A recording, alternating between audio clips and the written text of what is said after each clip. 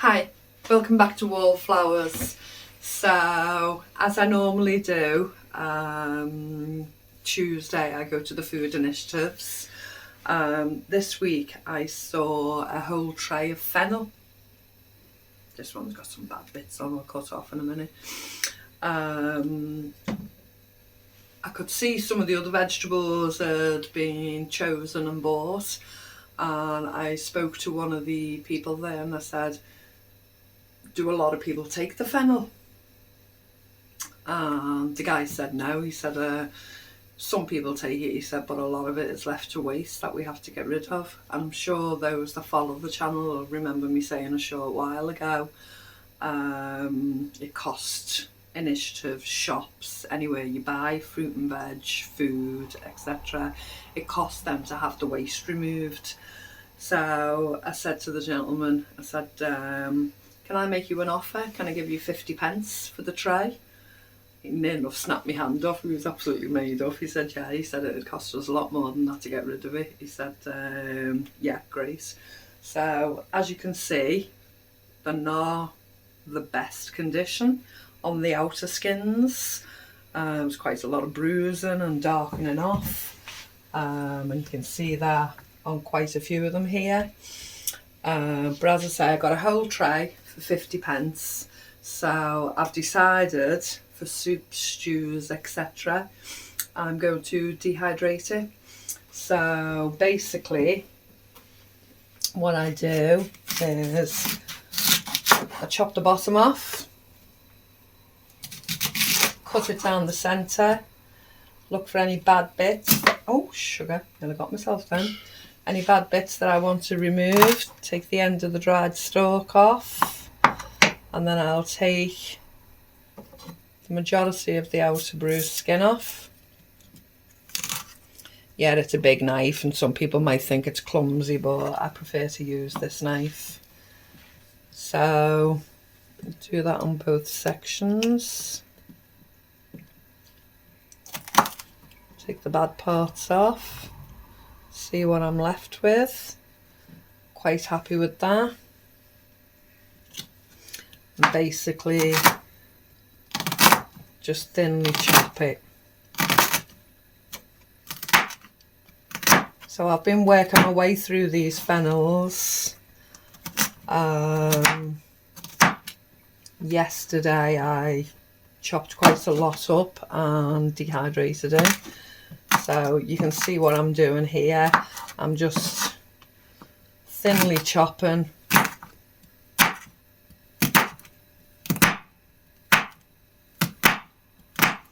I'm using the whole of the stalk as well.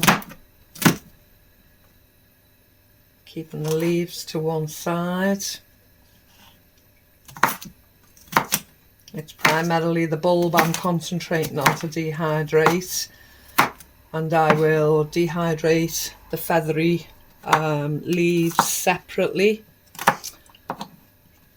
So that's what I do, lay it on the dehydrator. So to fast forward, I'll actually work through all of those. To fast forward, one I prepared earlier, that's correct. This is what it looks like when it's dehydrated. So I'm actually going to powder this to store for soups and stews.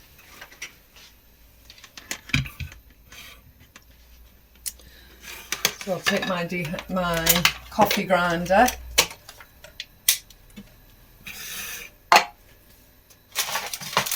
A friend of mine, Anna, kindly gifted me that Christmas time. So it's my new coffee grinder and it's absolutely fabulous. So literally just going to pop the dehydrated fennel into the coffee grinder.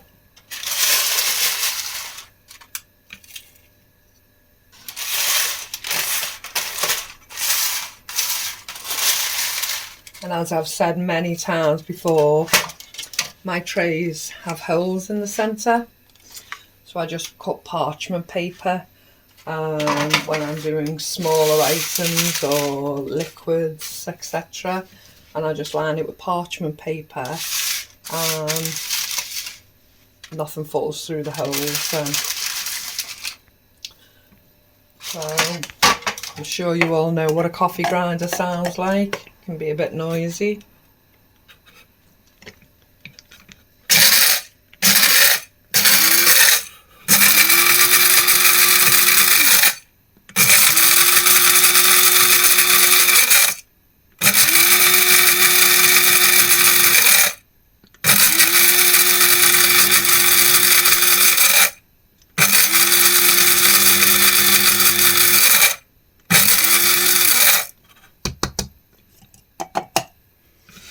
Et voila! Fennel powder. So I shall keep it in the jam jars, and these are what my son bought me for Christmas from Hobbycraft. Thank you, Mr. Wallflowers. Makes it easier.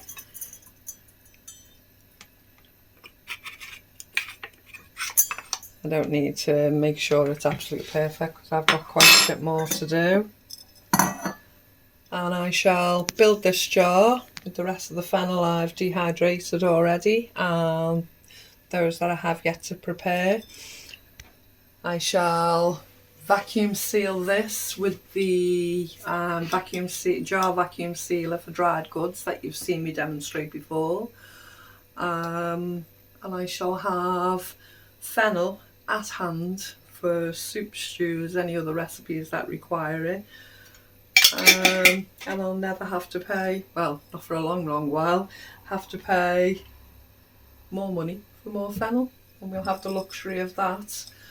I do like celery in stews, and I do like fennel in stews. I don't tend to use them together. I either use one or the other, but just the aroma of this fennel now is absolutely beautiful. It's aniseedy smell, absolutely fabulous. I know a lot of people eat fennel raw, or they bake it, or there's many other recipes. I don't tend to do that, so I'm quite happy to powder it and have it there at hand, just a tablespoon or so each time I need to use it. I had a fabulous surprise this morning in the last video. You will remember I actually mentioned that we have a wish list. Wasn't asking anyone for anything, but some people had already requested that they'd like to send me something. So if Mr. Wallflowers can just pan down. This morning we were gifted fabulous canning jars. Some are mason jars and some are ball jars. So there's 6 of each, so that's 12 of, I believe these are half pints. And they're absolutely beautiful. Look at them, absolutely amazing. So they're ready for my first pressure canning experience, which I'm really looking forward to. So if I could just give a lovely shout out to Christy Frazzini. Thank you so much, Christy Frazzini. That is such a wonderful gift, and those jars are beautiful and they will be treasured, and they will be used for my first ever pressure canning experience, which I'm so looking forward to. I've been itching to start, and I didn't want to start without the proper jars and make sure that it's the full experience and the food is stored properly. Amazing. Thank you so much, love. Thank you so much. Another spot of good news was one of the food initiatives that I actually, well, one of the food pantries I attended yesterday. I had been telling them just before Christmas what I do with some of the food that I get from there, and that I do can. And I was approached yesterday by one of the ladies that runs it, and she asked me would I actually do a lesson for the community, a 1-hour lesson, so I can take our new Presto canner. They will have the cooker facilities, they will provide the vegetables, I need to provide the jars, and if I can give a step-by-step guide to the community and teach them about canning, dehydrating, food preservation.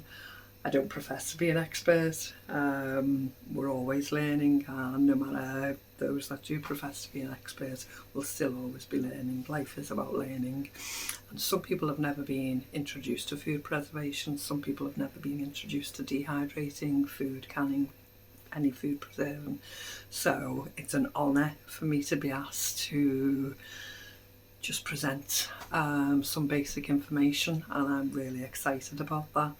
So I'm hoping to have enough jars by then to actually present and show the community, and to do a full lesson for them. So I'm going to preserve the canning, I'm going to do some dehydrating, and I'm going to take questions from the floor, and just give some thought-provoking information of how it will help people in the future, even if it is just herbs, spices, some vegetables.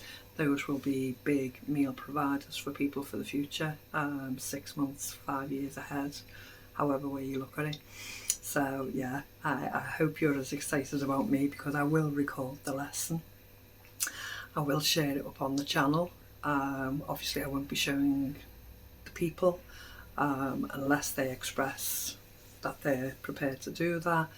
But yeah, so it should be approximately 2 to 4 weeks time, and I will be actually doing a wallflowers food preservation lesson. How exciting, things are looking up. Okay, I hope you like seeing how I've preserved the fennel and how I actually managed to get it at such a rock bottom price, and it's not going to landfill, it won't be wasted. The Food Initiative haven't actually had to pay to dump it, basically. Okay, thank you so much, Christy Frazzini, and thank you to everyone who watches the videos. Thanks for coming, and I'll speak to you again soon. Bye bye.